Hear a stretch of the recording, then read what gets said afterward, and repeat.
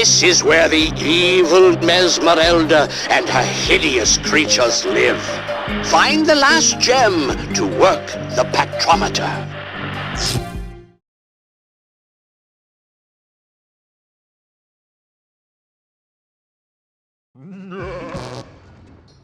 You see, that's another thing. Another thing that makes Professor Pac-Man so Oh, it's a hellhound. Another thing that makes Professor Pac-Man so suspect. Why is he stressing how hideous and evil this place is? Wonder what they're brewing in that cauldron. Probably nothing good. You see, in this level, the areas loop around. Look in there. What horrors could that eye, could that monstrous gaze belong to? It's better for our health not to imagine what evil thing might have such eyes. Oh, see, we got to see her skeleton. I'll freeze frame that later and see if she has a spine. I'm interested in knowing whether the Pac people are vertebrates. Probably are. I like that Mesmerelda is keeping all these gourds and pumpkins around. What a nice touch. It's very strange, because for the most part she doesn't seem to be too intent on keeping this place looking too nice. Indeed, on the contrary, she keeps folks around who just routinely cackle evilly. This certainly is some very sad, moody music. And here we go. A full maze. A full, proper maze.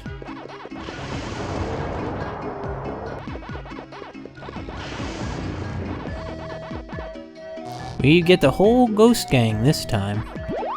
This time it really might be them.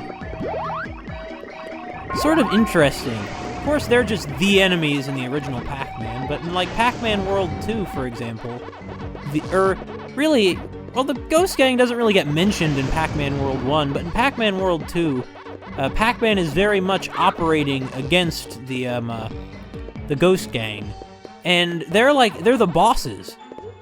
Encountering them is something that happens so rarely and especially in, like, the normal part of the game, but when you're in the, maze levels, they're just the normal enemies again. And it's a very kind of interesting disconnect.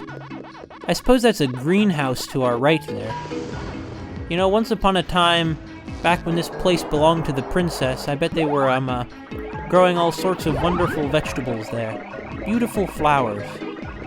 Bet this whole topiary place, this whole garden, had beautiful topiaries, beautiful fountains, but now it's fallen into such a state of miserable disrepair, of miserable abandon.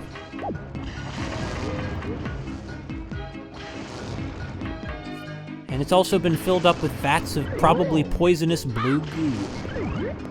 It's also been filled up with vats of probably poisonous green goo. Is the idea that it's bubbling or that it's raining? Not sure.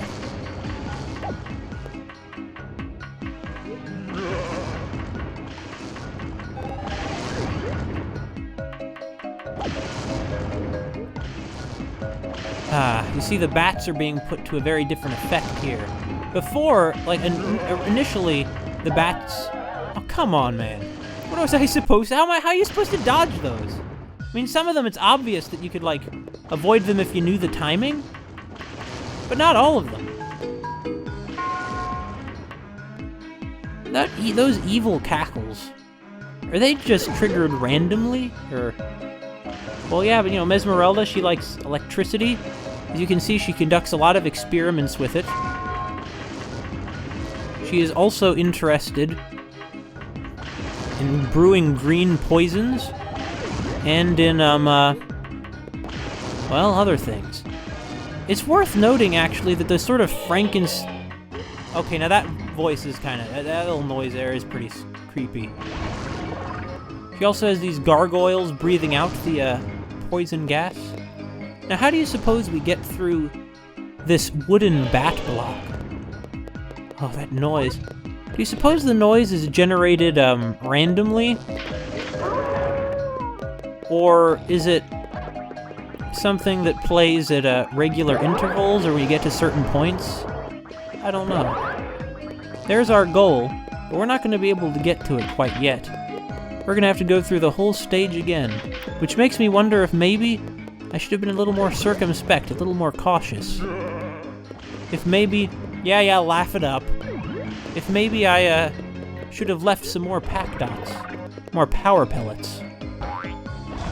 There's no going back now. No undoing the past.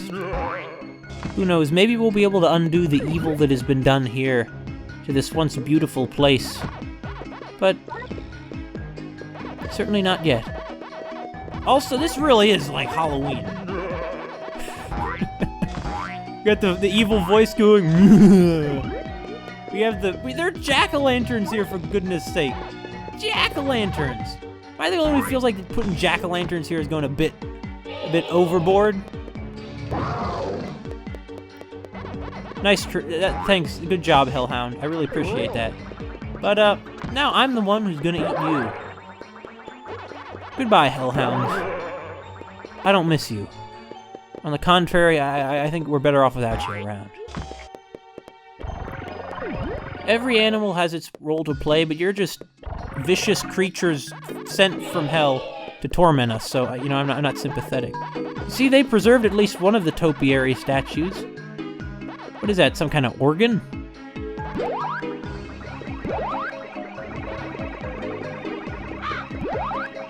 Oh, get the heart! Why he's gotta run from us, though? Yeah, you see, to me, it's at these sort of stages that we really begin elaborating upon the original ideas that are introduced progressively in each stage. I mean, of course, each area has their own gimmicks, like the gunpowder never recurs after Pac-Ping Harbor. But I still do, I think that now that we have all these sort of moving blocks and checkpoints and all these other sort of mechanics in place, I think it would be interesting to, you know, explore what other things you can do with them beyond what they do here. I think it's a real shame that they don't. That Namco made this great game with all these interesting, you know, aesthetics and everything else, and then they seem to have just been like, you know, that's enough of that. Let's never do anything like that ever again. And they didn't. I mean, you know, they've not done anything with this since. I guess the next pack dot is up here? Oh wait, no, it's right there. Well done. Now that was a woman's voice. That was Ms. Pac-Man. I do prefer that voice to the voice she has in Pac-Man World. I think that sort of deeper voice is more fitting for her.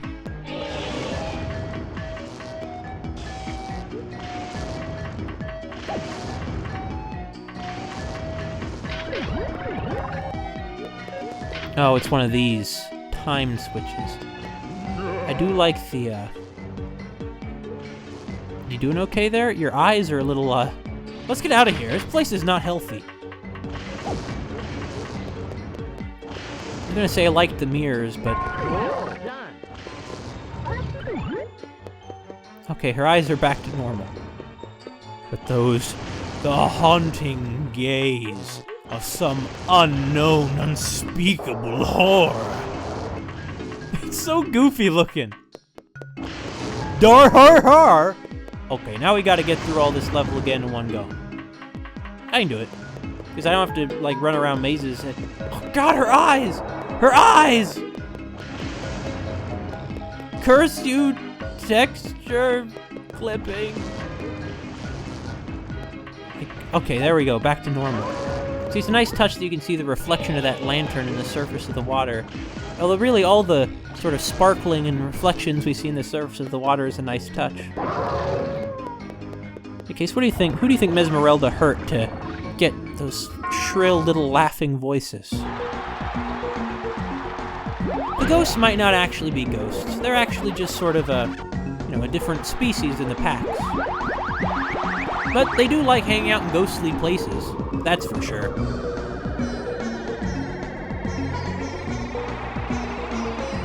You know, it's funny. Haunted Halloween is so over the top in its spookiness that it's almost funny. But when I was a kid, I really did think there was something very sad about it. And I still think that the music that plays here is pretty creepy. Or not creepy, it's sad. It's sad music. Much like the music that played in Peer Pressure. Look at those horrible flags that Mesmerelda has sent flying above this once beautiful place. Well, we're coming for her. Shock therapy, huh? Those candles look like they're those like plastic light-up candles. Couldn't quite hear you there, but I think you said get all 7 fruit. In fact, I know it's what he said. I remember this level from when I was trying to get through this stage, before. Let me just say right now that I'm not sure I ever managed to get through this stage.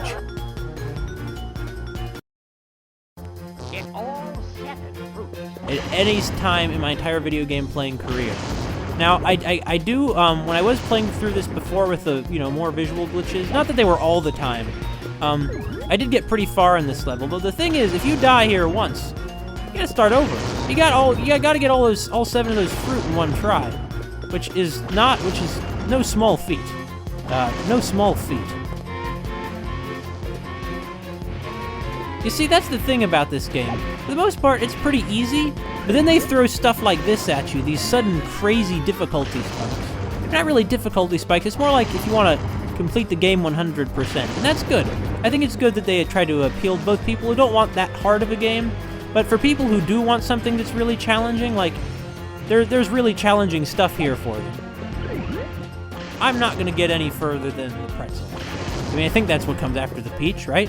Cherry, strawberry, peach, pretzel. It's a sacred order of the fruit that has been in use since the times of the ancient Babylonians. Anyway, so now we're beginning to have the blocks count down to explosions.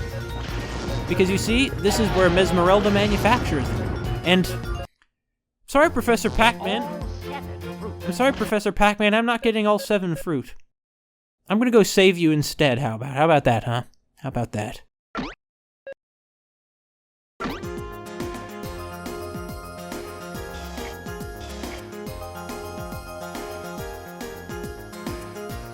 Really, this whole main menu with all of this dramatic piano and chimes, it's all very moody. Very sort of evocative. It's one of my favorite tracks in the soundtrack, that's for sure. Makes it feel like there's something more important going on in the game, though, than there really is.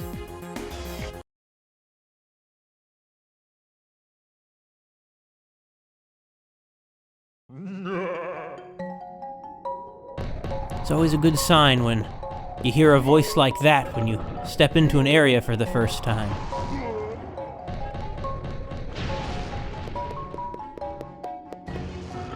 You see, this is some very, sad-sounding music. It just sounds so lonely and forlorn. Once again, it's almost too good for what the game is.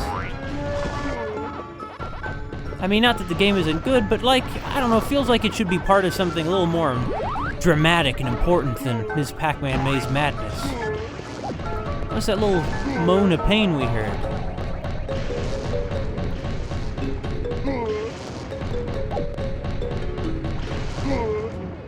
See, I wondered that the first time I played the game, but of course, I know now.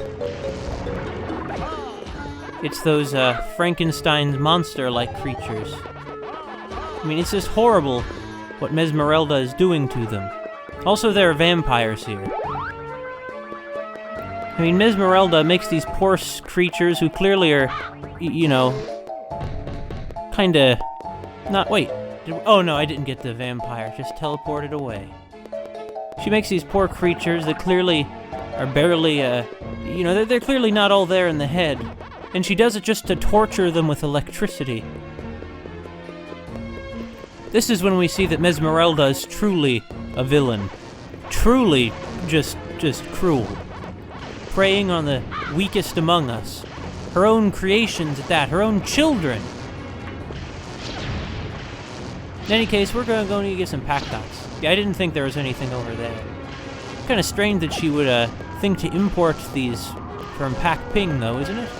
I mean, I think so. Although, perhaps that's why she's so interested in all these other places. Because of the technology she can import from them. What? Did you say... I was waiting for that gargoyle to spew out poison. And it wasn't! Well, it just goes to show what I know, doesn't it? It just goes to show what I know. The answer being, of course, not much.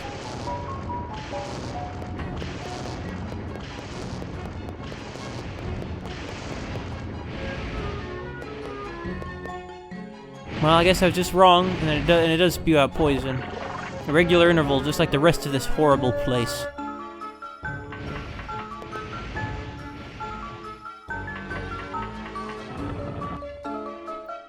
I thought it was interesting that when I was a little kid that her eyebrows were drawn in that soft gray color. I now realize that it's not actually soft gray, it's just because we're seeing the yellow from a certain angle. But I don't know, I thought it looked somehow, I thought it looked nice. You might recall seeing those illustrations of Ms. Pac-Man as the sort of arcade cabinet border when we tried playing the classic mode for a few seconds. I knew it had to happen once before I finished the game, getting them all in one go like that. But those drawings on the side of the arcade cabinet, I really like the way that they draw Ms. Pac-Man there. She looks really cute. A lot less sort of feminized than the version we normally see. I remember when I was a kid and I first noticed that Pac people's arms and legs are sort of attached to their body through circles. You ever notice that? The circles just above their arms and legs where they connect to the cephalothorax? I think it's pretty odd looking.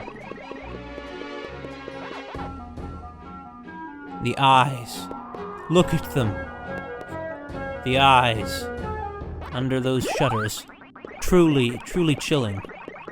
You see, it's such effective horror because they let you imagine what horrible creature such vicious, tortured eyes could belong to.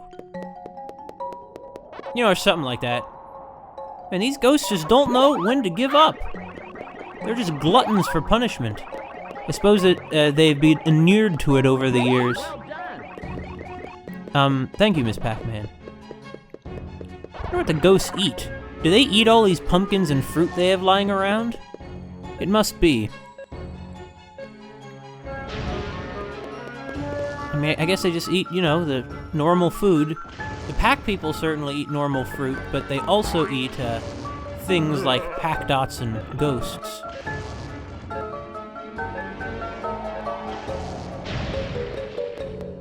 Oh, and pretzels. They eat pretzels too. A lot like my diet, except I don't eat Pac dots. I eat rice mostly. Okay. I mean, I eat other things. I eat oats sometimes. Recently, I've taken to eating a breakfast consisting of raw yogurt mixed with some oats and honey. Pretty far in the level, I feel like, for only getting the first fruit. I just trust there's something nearby I can use this power pellet on because I remember that there is, from when I went through it before.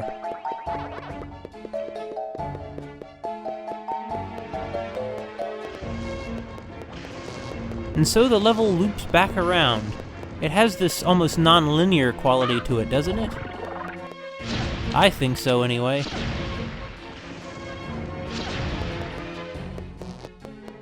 It's really nice of Mesmerelda to put up these jack-o'-lanterns. Ah, look at this building with the Pac symbol engravings. I'm sure that it was a, you know, a beautiful monument back before all the things the ghosts did to it. Now, where is the door for this key goes to? Oh, yes. Now I remember. I mean, think about it. That mansion over there was probably beautiful back before Mesmerelda worked her dark magic against it. As you can see, these enemies speed up after they get zapped a few times. It's interesting to note that although we see them in the intro, we never actually encounter any Frankenstein's ghost-looking, or Frankenstein's monster-looking ghosts.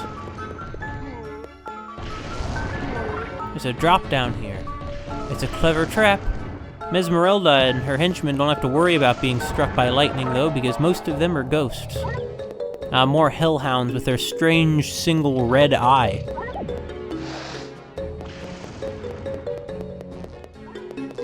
Well, first we get the pretzel, and next we get some meat for this meal. Specifically dog meat.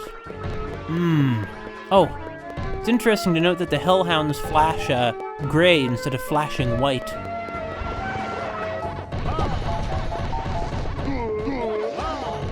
This is, well, I guess that there have never been any other Pac-Man games where we saw the ghosts working with vampires or anything like that. I guess that the suggestion is that Mesmerelda used her magic to actually create these creatures. Or her mad science, as the case may be. Perhaps it's one of those doors.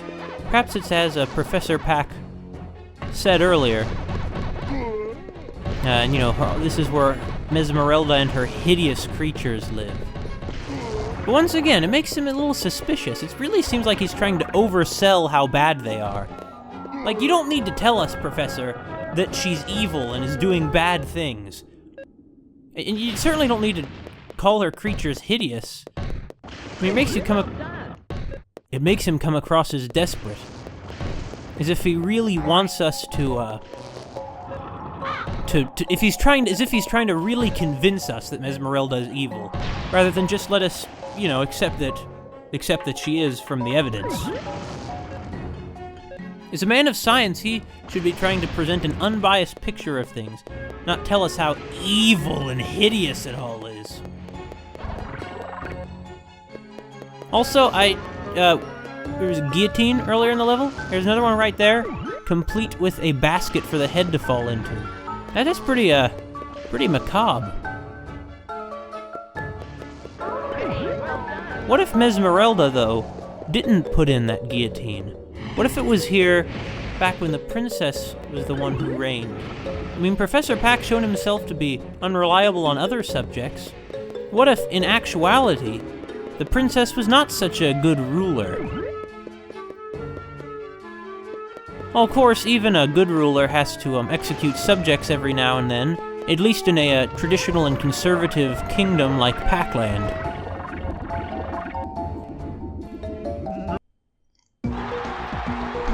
As far as I know, it's only been liberal democracies that have ever abolished the death penalty. Certainly no monarchies of this primitive Pac-Landian variety. I mean, that's what we're doing here, after all. We're trying to preserve the status quo of these aristocrats. It's rather despicable in many ways, isn't it? Why should we be... Well, look at the moment I got her. She's in the middle of blinking. She's such a cute little mouth, though. What? Her mouth's cute. Okay, was that a crime for me to say that? And of course not. It's a cute little mouth.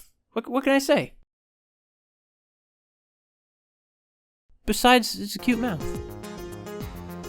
Oh! Watch Your Pack was a level that was actually in the game. More of those plastic electric candles.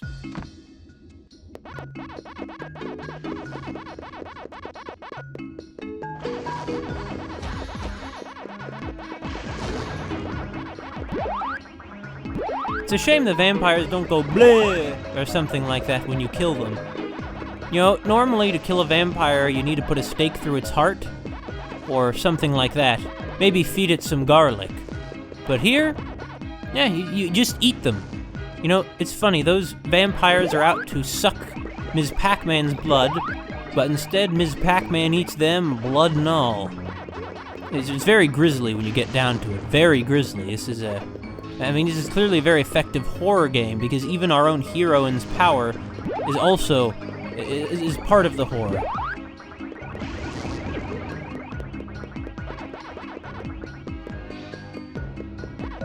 I'm going to get such a high score. It'll be the world record. You know, think about it. there probably is like a world record for the highest score in Ms. Pac-Man Maze Madness, but no one has written it down. It's not the sort of score that Guinness would keep track of, and it makes you wonder about what exactly. Uh-oh.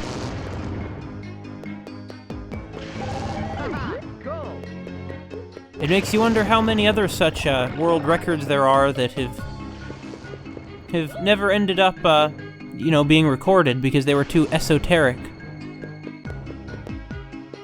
Well, there was a vampire here, but he got electrocuted and died. Died again. Vampires already did a bit of dying in their day. Most people only get a chance to die once, but vampires die lots of times. Or at least they die a second time. I mean, sooner or later. You might say, oh, well, not necessarily. You're right, not necessarily.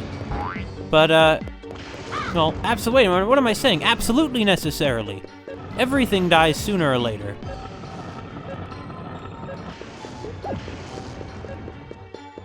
This is gonna be really pushing it. Though we made it just at the last second. Look at these bells. Imagine them ringing beautifully back in the days before this place was under Mesmerelda's control. And right here you hear the soothing sound these poor monsters make when they're just walking along. Clearly this is some kind of dining hall. I'm sure that it was a very pretty dining hall back when it was in use by the princess and the other old nostalgic nobility for whom, well, really that is all it is nostalgia for those days of yore. I had no choice but to risk getting hit with the poison in order to take out the vampire,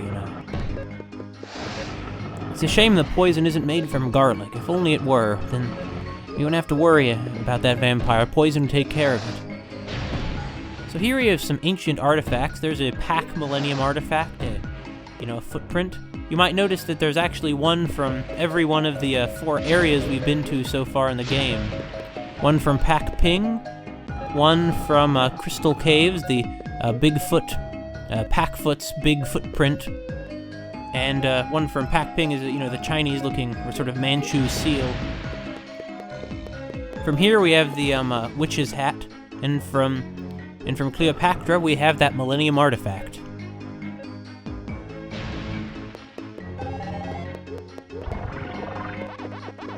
It's very interesting stuff.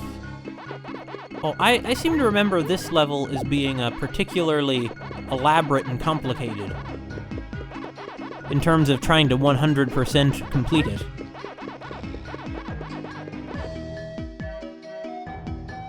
Moody rain on the rooftop of a soiled castle in the middle of a storm. It's a very evocative scene.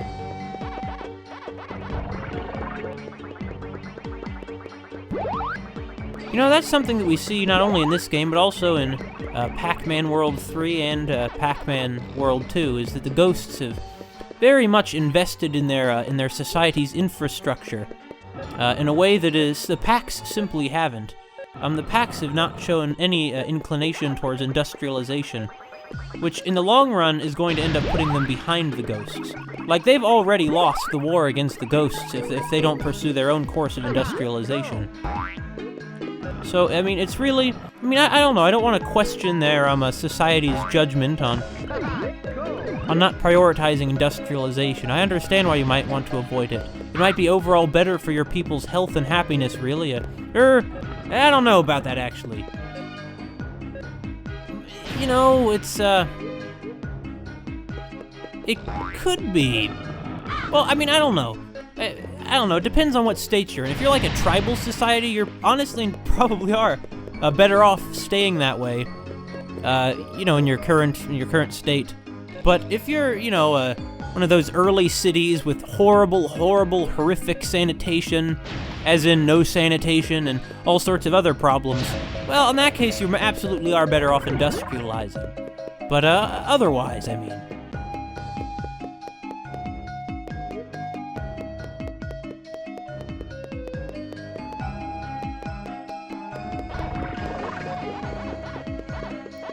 Here we have a hedge maze overlapping with some more electrical... Well, what are these? I guess they're some kind of lightning rods, except they're not sticking up at all, which is just, it's just silly. It's just unrealistic. And ahead of us there, you see another one of those witches' doors. Hey, how that torch over there burning in the fire? I mean, don't get me wrong, I've seen torches burn or burning in the fire, burning in the rain. I mean, I've seen torches burn in the rain before. Don't get me wrong. There are certain, you know, like gas torches that won't go out just because it's raining. But it's kind of strange you would install those. I guess they're fitting with Mesmerelda's overall aesthetic tastes. What I don't understand is why they give this block such a large time to countdown. It's almost like they're just trying to arbitrarily make the game longer by giving you long countdowns like that one.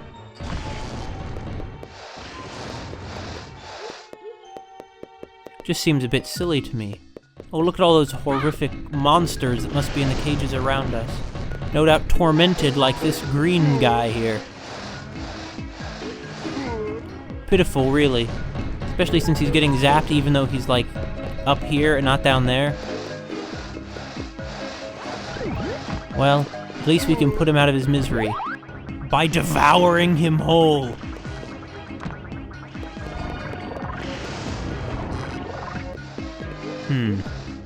Well, let's go for the health first. Yes, we were a bit low on that after all. A bit low on health.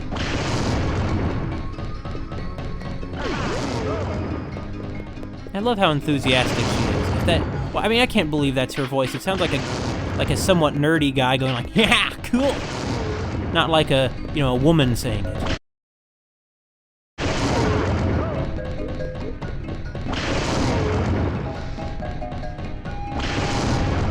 Another one of these poor wretches to put out of his misery.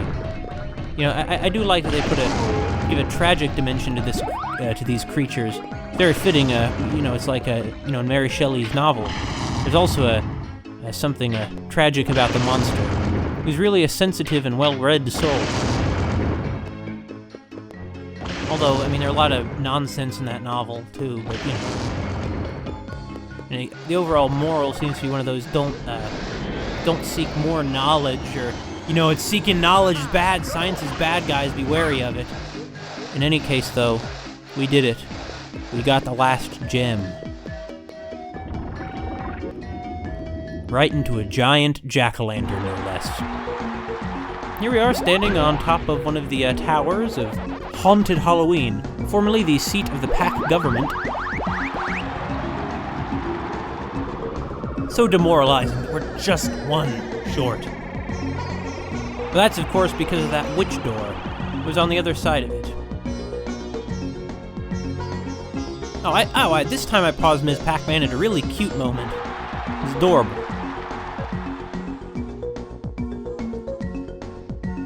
"61 lives. Let me just tell you, having this many lives is about to pay off. Goblin. Now you're about to see the full cruelty of which Mesmerelda is capable. Although I don't know exactly why we aren't activating the Pactrometer now, or why we need to, since we already have been doing what it's supposed to do, which is breaking down the force fields between these mystical areas of Pac-Land no one's ever been to, because, well, whatever, it's silly. And clearly this machine cannot possibly be for what Professor Pac says it is. Which throws his whole story into doubt, but there's one thing we can be sure of, which is Mesmerelda's cruelty. Goblin. Let's go. Oh, did you want these? Well, too bad! The cover art. Or the scene from the cover, anyway.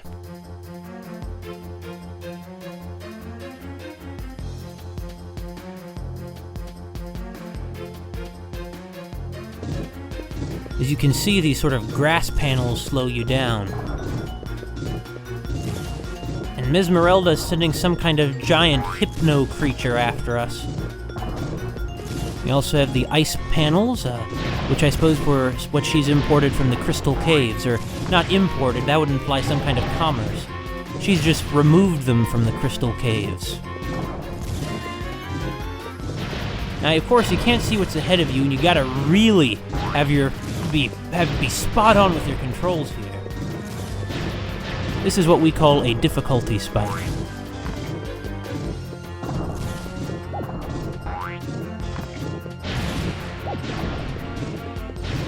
The fireballs you really don't even need to worry about. They certainly can hurt you, but right at this point you have no way of dodging them. You just have to try and not die from all of these death blocks on your path. Though curiously, these are flashing red, unlike the ones we've encountered throughout the game up to this point. This took me so many tries as a kid. It is much more nerve-wracking and difficult than it looks.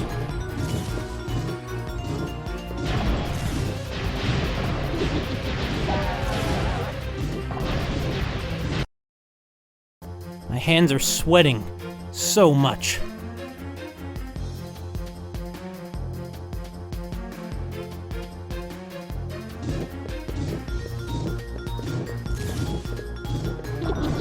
This is the only part I'm really nervous about being able to get through. Because the game, for the most part, isn't very hard, but or at least the things that you have to do to beat it aren't very hard.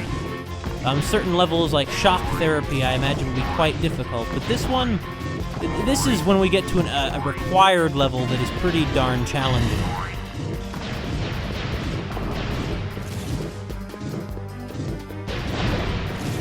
Mainly because it just goes on and on and on.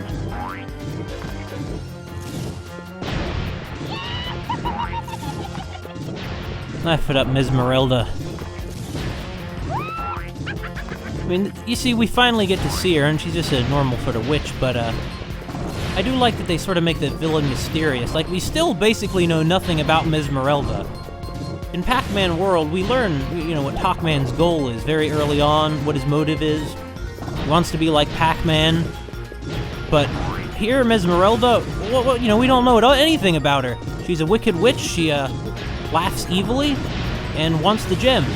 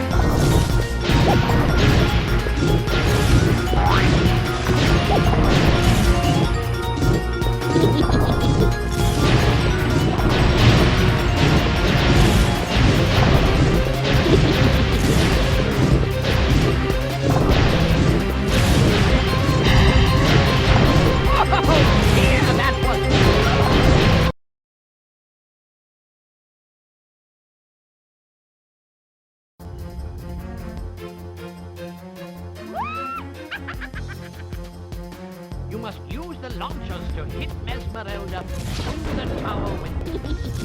Thanks for the advice, Professor. I'm not quite sure where you are, but so here's, I suppose, one of Mesmerelda's latest weapons is this sort of mobile fortress. As for why exactly she's built it, who can say? Probably to wage war against the Pax, though. One of the issues here is that you're not sure which window these launchers are going to hit except by memorization. I'm not quite sure why Mesmerelda would install these rocket launchers here, though. It seems like it could only be detrimental to her. I'll assume that they're intended to be aimed outwards and that this is some kind of mobile fortress, but Ms. Pac-Man is simply using it against her. Has turned them inwards towards her. Perhaps it's Professor Pac's work, actually. I could certainly imagine him sabotaging her somehow. Or, Mesmerelda. Because even if he's lying to us, it seems to be pretty clear Mesmerelda is bad and is his enemy. The enemy of my enemy is my friend, as they say. Not sure that's really a good means of thinking, they say keep your friends close, your enemies closer. But if you kept your enemies close, they'd kill you. Mesmerelda.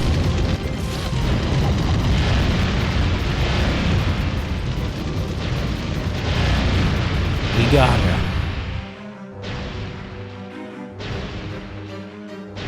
In any event, we've destroyed her mobile fortress. But she got away. But what's this? Excellent, John, excellent!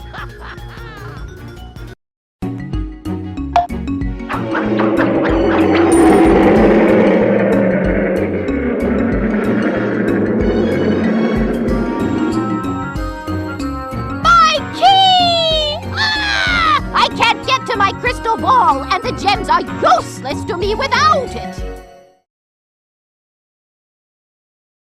Those turrets in that illustration are different from what they were in the actual battle, though.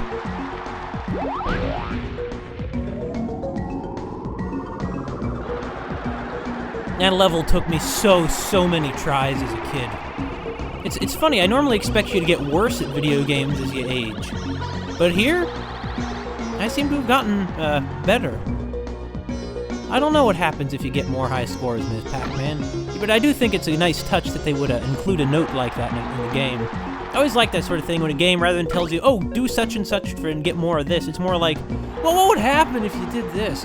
We're just suggesting it.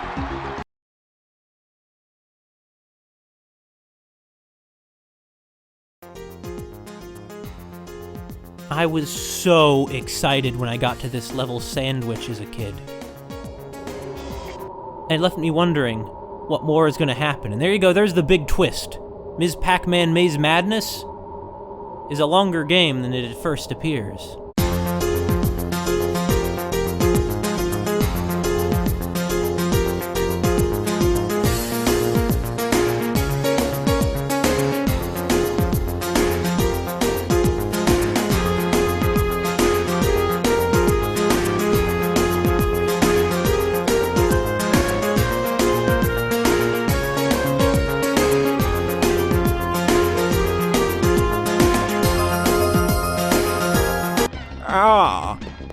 You better run, Miss Pac-Man, for I, Giant Green Centipede, am out on the prowl. You wanna know something? I'm gonna let you know on a secret, okay? Everything is horrible. If more people would understand this, imagine how much better the world would be. People would quit fighting. They'd be like, well, it's a good point. Everything is terrible. Why even bother fighting when it's all gonna be terrible anyway? We should at least try to help each other because everything is so terrible.